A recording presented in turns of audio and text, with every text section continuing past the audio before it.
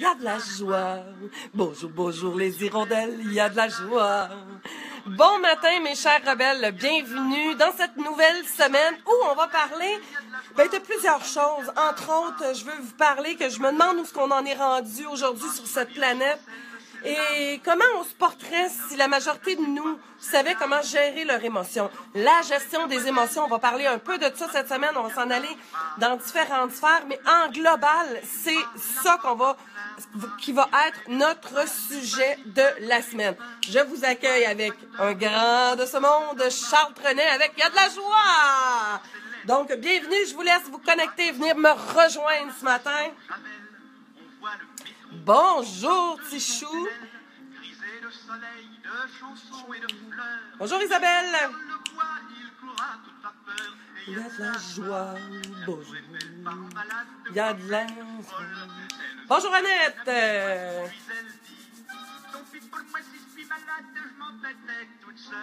Donc, si c'est ta première fois et que tu viens me rejoindre, mon nom est Caroline, je suis la coach rebelle.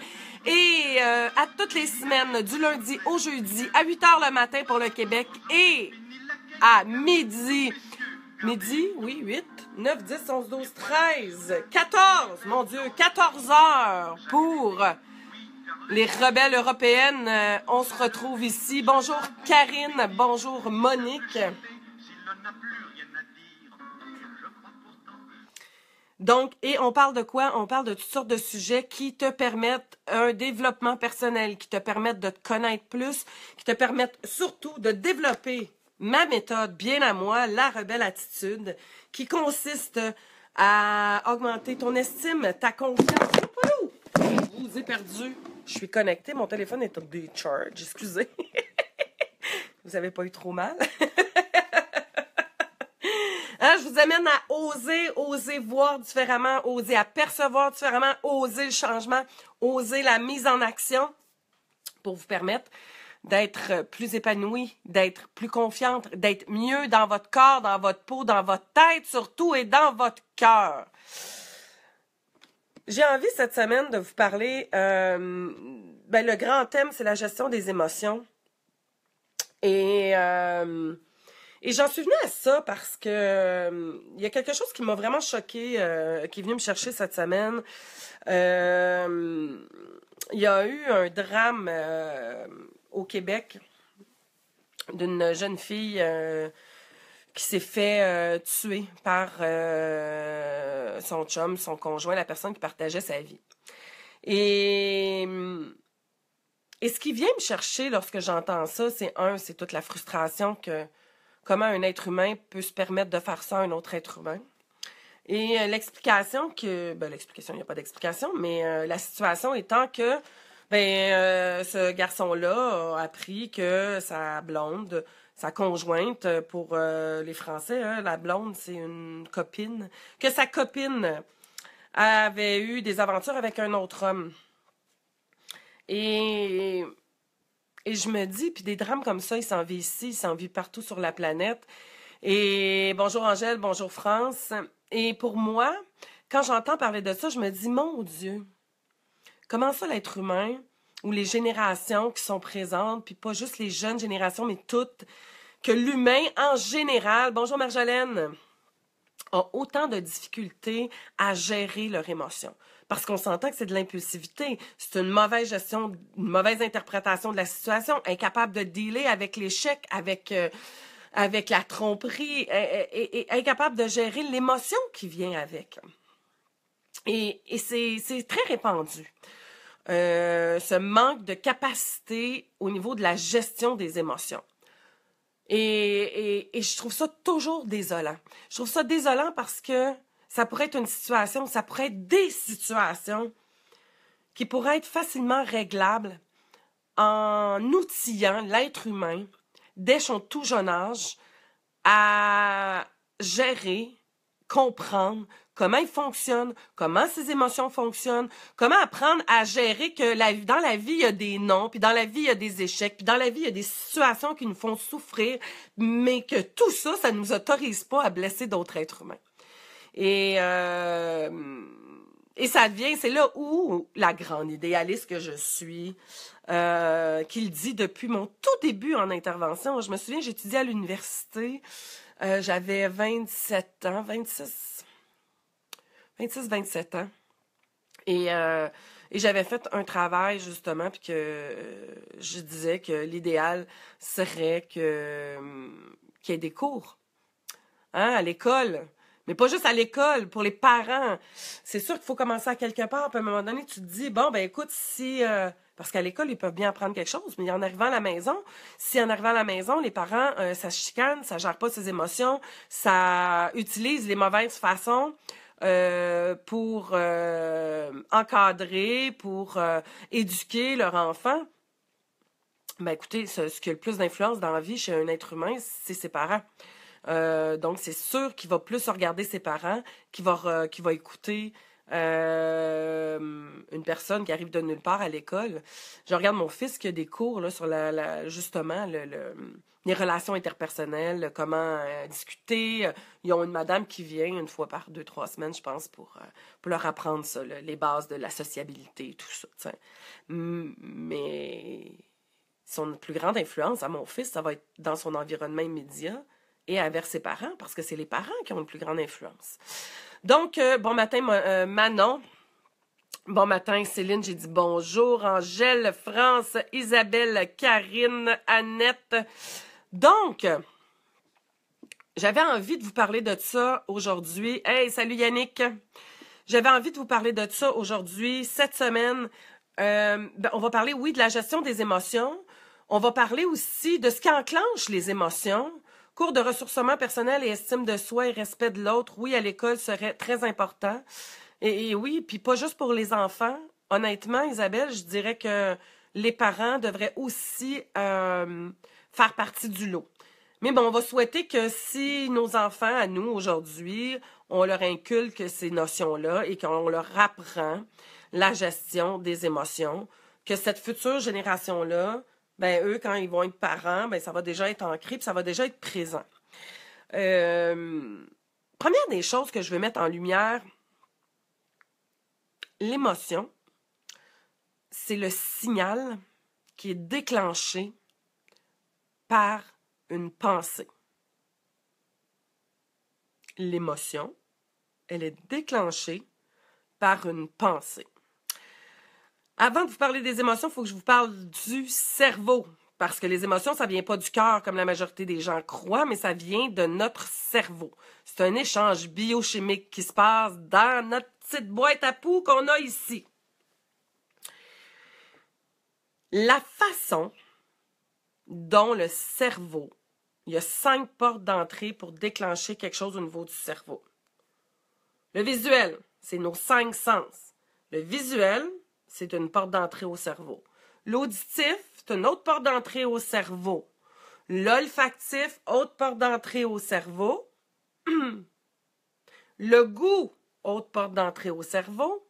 Et la plus grande porte de toutes les portes d'entrée, le toucher, le senti, physique, ce qu'on appelle le kinesthésique. Ce que je suis en train de vous parler là, c'est le VACO, visuel, auditif, kinesthésique, olfactif, gustatif. Notre façon de percevoir le monde extérieur et qui vient venir donner une banque de repérage dans notre cerveau, ce sont les 5 sens. C'est super important ce que je vous raconte là, OK? Depuis que tu es tout petit, en venant au monde, te rentrer en contact avec ton environnement par tes 5 sens. Le premier sens, c'est la vue. Tu vois des choses, même si c'est brouillé, tu perçois des choses, tu entends des choses, tu sens les odeurs, et c'est ça qui vient venir s'imprégner dans ta mémoire. Et c'est ton début de commencement de référencement. Le physique, le toucher. Hein? Lorsqu'un bébé, tu le prends, tu le dorlotes, tu l'embrasses, tu lui parles doucement, tu t'organises ton odeur comme maman est sentie, tous ces sens-là, ce sont les portes d'entrée au cerveau et ils commencent à s'imprégner des choses. Et ils commencent à avoir un système de référence. Comment on fonctionne? On perçoit quelque chose à l'extérieur. Tu vois à l'extérieur une forme qui ressemble à un chien. OK? Tu perçois ça et tout de suite, tu t'en vas, ton cerveau, tu t'en rends même pas compte. Là, ça se passe dans l'inconscient. Rapide. Ça s'en va dans ton cerveau, puis ça va chercher la représentation de ce qu'il y a là. Un chien. Tu t'es déjà fait mordre. Qu'est-ce que tu penses qu'il va se passer? Ton cerveau va voir le chien, il va aller dans la référencement. Oups, chien, danger, douleur, parce que tu t'es déjà fait mordre. Qu'est-ce que tu penses qu'il va se mettre à se créer à l'intérieur de ton corps? Dites-moi ça. Selon vous, qu'est-ce qui va se passer lorsque tu vas voir un chien si dans ta mémoire, tu t'es déjà fait mordre? Je vous attends. La peur, oui, mais avant de nommer le mot, qu'est-ce qui se passe? Le corps va se mettre à réagir. Comment il va réagir, le corps? Hein? Il va avoir de l'angoisse, oui, mais encore là, les sensations dans le corps. Vous me dites des mots, les sensations dans le corps. Qu'est-ce qui va se passer? Qu'est-ce qui va se passer dans votre corps? Bon matin, Annie. Bon matin, Daniel. Vous me dites un mot. Qu'est-ce qui se passe dans le corps? Les sensations physiques. De la misère à respirer. Quoi d'autre? La respiration, le cœur. Hein? Le pouls, l'accélération qui va se faire. Les sueurs, des tremblements. Et là, tu vas réagir de 3 façons. On réagit comment à la peur? Tu figes, tu fuis ou t'attaques. C'est les 3 façons de réagir à la peur. Donc, tu peux figer, tu peux te mettre à courir dans le sens contraire, puis tu peux faire face au chien pour y faire peur. Donc, tu vas avoir 3 façons de réagir. Mais ton corps, il va avoir des sensations physiques qui vont se produire. On s'entend? L'émotion. La peur, qu'on a mis un mot dessus. L'angoisse. T'es terrifié. Mais qu'est-ce qui s'est passé? Ton cerveau est allé se référer. Tu as vu une silhouette qui ressemblait à un chien. Ça t'a rappelé un événement où tu as eu mal. Et de suite à cet événement-là, ton cerveau s'est tout mis en branle. Oups, cerveau reptilien, décharge d'adrénaline, décharge de dopamine. Et là, tout ça, là, ça s'est mis à réagir et tout ton corps s'est tendu. Tes muscles prêts à l'attaque. Parce qu'il réagit à une situation de danger. Et tu t'es mis à te dire des affaires, mais tu t'en es pas rendu compte. Oh, c'est un chien, il va me faire mal, je vais me faire mordre, encore une fois. Oh mon Dieu, qu'est-ce que je fais? Faut que je me sauve. Puis là, tu t'en rends même pas compte, mais tu commences à te dire des affaires.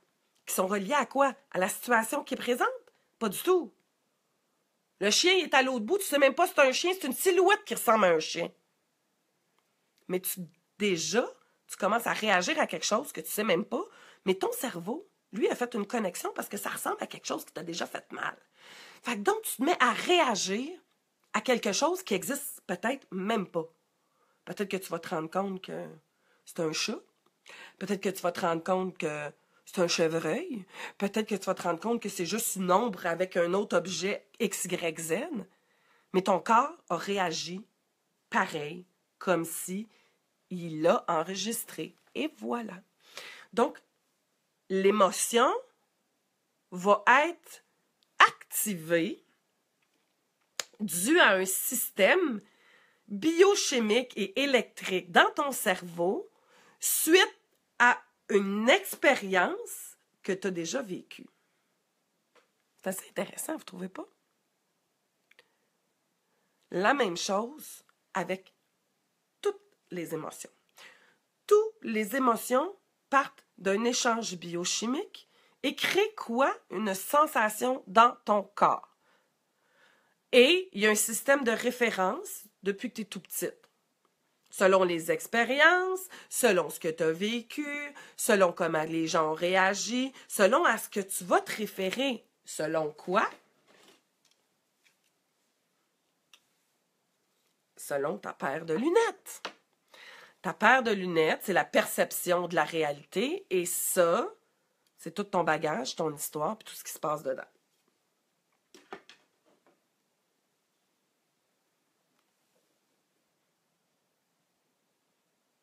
Là, tu vas me dire, OK, good. Selon vous, Comment on fait pour gérer les émotions? Quand on parle d'une gestion, d'une bonne gestion des émotions. Qu'est-ce qui fait qu'on n'a pas une bonne gestion de nos émotions? Hein? Qu'est-ce qui influence cette capacité à gérer l'émotion? Première des choses.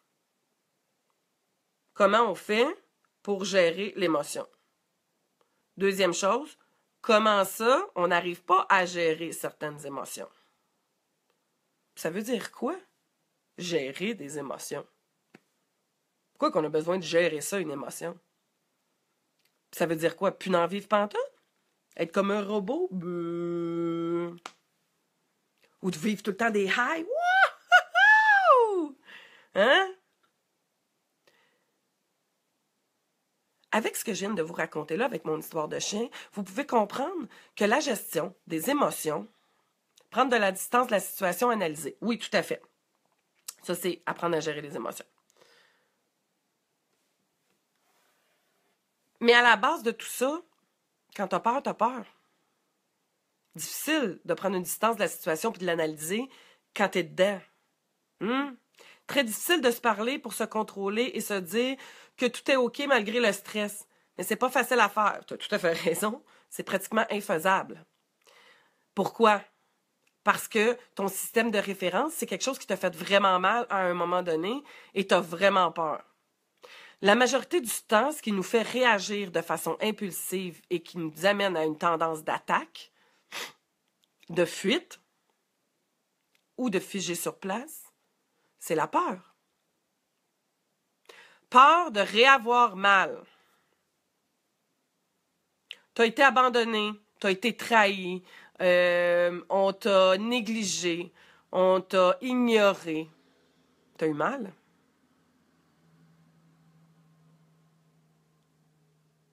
Et aujourd'hui, tu as peur de réavoir mal. Et dû à la peur de réavoir mal, tu vas réagir. Et non pas agir, mais réagir à un souvenir. Tu vas réagir et tu vas vivre une émotion qui est comme un réchauffé de ton histoire. Et plus cette histoire-là n'est pas gérée, n'est pas accueillie, n'est pas dans ton conscient, mais plus dans ton inconscient, moins que tu as d'emprise dessus. Comment tu peux changer quelque chose que tu vois pas, que tu connais pas, puis que tu sais pas? Ça vous est-tu déjà arrivé? Ça vous est-tu déjà arrivé d'aller manger, mettons, chez quelqu'un ou au resto, sur l'heure du dîner au boulot?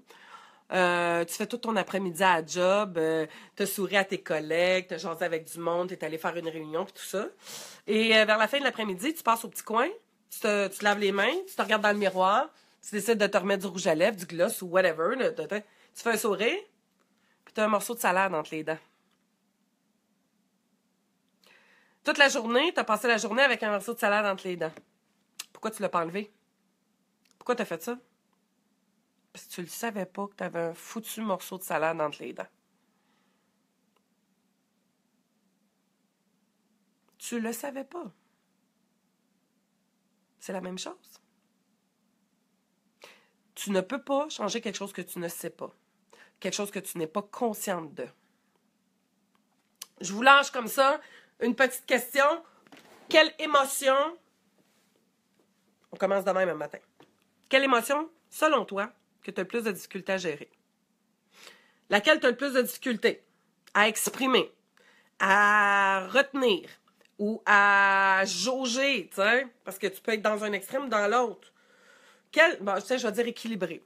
Selon toi, laquelle émotion que tu as le moins de facilité ou le moins d'équilibre? La colère? La peine? Le plaisir? La peur? Laquelle dans ces 4 émotions-là, pour toi, est la plus difficile? L'abandon, c'est pas une émotion. L'abandon, c'est un geste, c'est une action, c'est un comportement. Tu as été abandonné, mais tu as vécu une émotion, tu as vécu un ressenti. Hein? Donc, la peur, Gina. L'insécurité, c'est de la peur. 4 émotions de base. Colère, peur, peine, plaisir, joie. La colère, la peine, la colère. Puis, je trouve ça intéressant. Puis, puis pendant que vous écrivez ces émotions-là, est-ce que l'émotion, est très présente? Est-tu envahissante? Ou est inhibée? C'est-à-dire est refoulée. Hein, il y a beaucoup de femmes qui vont avoir de la difficulté à vivre leur colère. Ou ça va être dans le trop. Trop de colère, pas assez de colère. Trop peur, trop anxieuse. Parce que anxiété, peur, insécurité, toute la même patente, ça, là. C'est la peur, la dominante de ça. La peine, la tristesse, la mélancolie, l'état dépressif, de tout, d'avoir de la misère, ça fait partie de la peine. Ou la peine de vivre son émotion, de se permettre de pleurer. Ou si vous êtes envahi par cette peine-là, ou vous la refoulez. Refoulez d'un deuil, Annette. Et voilà. La peur, elle te fiche. Ou la joie puis le plaisir. Tout est... faut que tout ça soit du plaisir. Puis quand c'est le plaisir, il faut que ça soit top, tout le temps. C'est comme ça que tu vibres. Par l'intensité. L'intensité de l'émotion. Peut-être que tu es intense dans toutes tes émotions. Ou peut-être que tu es complètement gelé dans toutes tes émotions. Trop vite avec mes enfants et refoulé avec les autres. Voilà. La peur, trop et amplifiée. Good. Je dis good parce que c'est intéressant, puis puis c'est là qu'il faut que vous la regardez. Regardez qu'est-ce qu'a fait cette émotion-là. Comment elle m'envahit. Et là, je voudrais vous amener à vous poser la question. Puis à visualiser. Comment aimeriez-vous vivre vos émotions? Ils font partie de l'être humain, là. Hein, c'est ça qui nous fait sentir les choses. La vibration dans le corps. La peur me fait prendre de mauvaises décisions pour moi-même. Gina.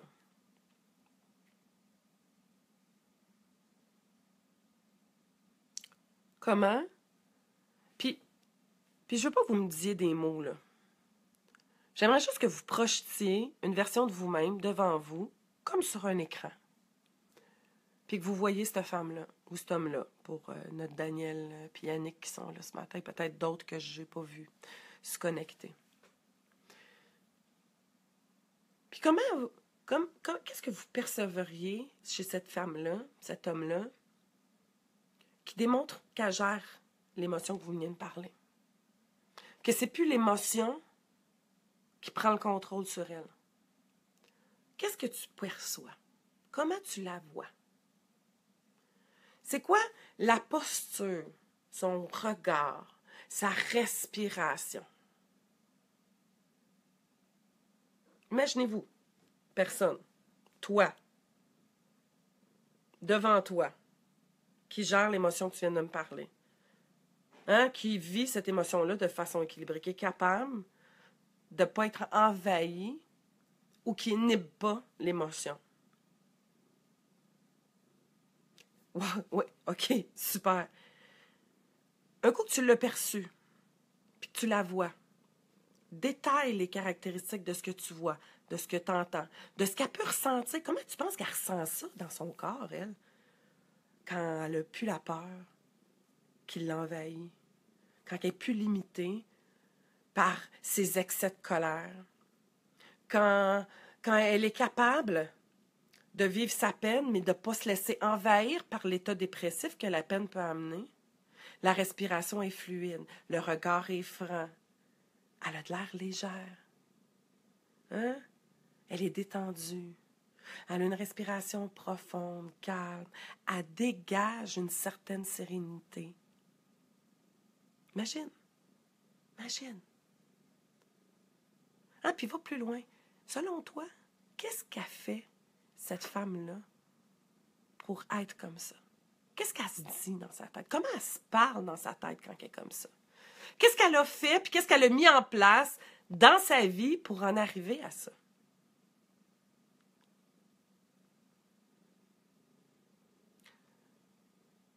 Elle s'accueille. Elle se parle avec amour. Elle prend les choses comme ils sont. Elle est dans son moment présent. On peut-tu s'entendre avec ça? Hein? Puis elle a tellement développé sa connaissance d'elle-même que lorsque la tendance va arriver devant une situation, elle va être tout de suite capable de se dire « Oh, attends une minute, là. Là, on est dans une réalité. C'est pas mon histoire. » Elle va avoir créé aussi une certaine façon de gérer son histoire. Elle va avoir fait le ménage. Elle va avoir fait la paix.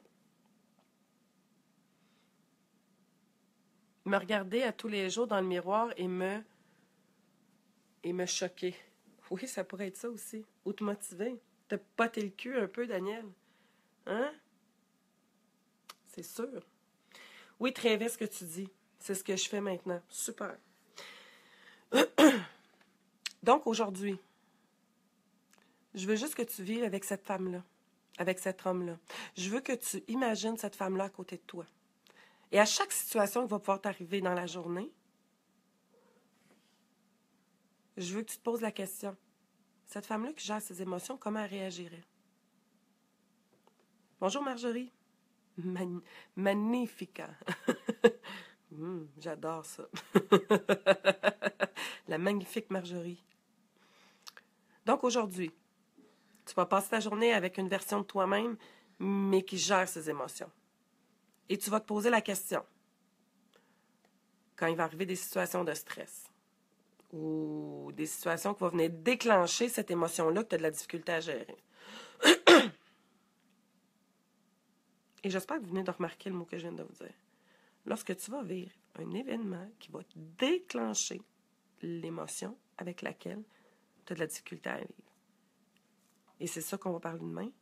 Ça prend un déclencheur pour réveiller l'émotion. Donc aujourd'hui, tu vas passer la journée avec cette femme-là. Et s'il y a un événement qui vient déclencher l'émotion, tu vas tout de suite voir cette femme-là qu'on a vue ce matin, cette personne-là, et tu vas lui demander. Ou tu vas te demander, OK, comment elle ferait ça, elle? Comment elle gérerait? Et reste ouvert. Comme je te dis souvent, crois-moi pas, mais teste-le donc. T'as quoi à perdre? Rien, nothing, fuck all, nada, niet, absolument rien à perdre. J'écris soit blanc ou noir et ça passe. Bon, c'est intéressant. Mais pose-toi la question. Essaye ça aujourd'hui, Daniel. Teste ma méthode que je vous dis aujourd'hui. La personne qui est à côté de toi, qui est toi-même, une autre version, tu lui poses la question. Pose-toi la question. Comment elle réagirait, elle? Elle qui gère ses émotions, comment elle ferait ça là, dans cette situation-là? Et si tu as besoin, note les réponses. Qu'est-ce qu'elle se dirait? Comment elle réagirait? Quelle technique elle utiliserait? Qu'est-ce qu'elle ferait? Fais-le. Teste-le. Puis on s'en reparle demain. Hey, je vous souhaite une super de belle journée. Je vous embrasse. Et on se retrouve demain matin, 8h pour le Québec et 14h pour les Europes. Je vous embrasse et je vous souhaite à tous une excellente journée. Partagez! Pourquoi? Parce que des drames comme qui est arrivé la semaine passée au Québec, on n'en veut pas d'autres. Puis comme les drames qui peuvent se passer à peu près n'importe où sur la planète, partager. Si quelqu'un aujourd'hui peut juste m'entendre puis que ça l'évite un drame, my God! On peut pas passer à côté. Donc, contribuez, partagez ça sur vos murs pour que vos amis partagent ça aussi sur leur mur. Allez-y, toute la gang, ensemble. On va faire une petite différence pour mettre plus d'amour, plus d'accueil, plus de bienveillance. Je vous embrasse. Bye bye. À demain.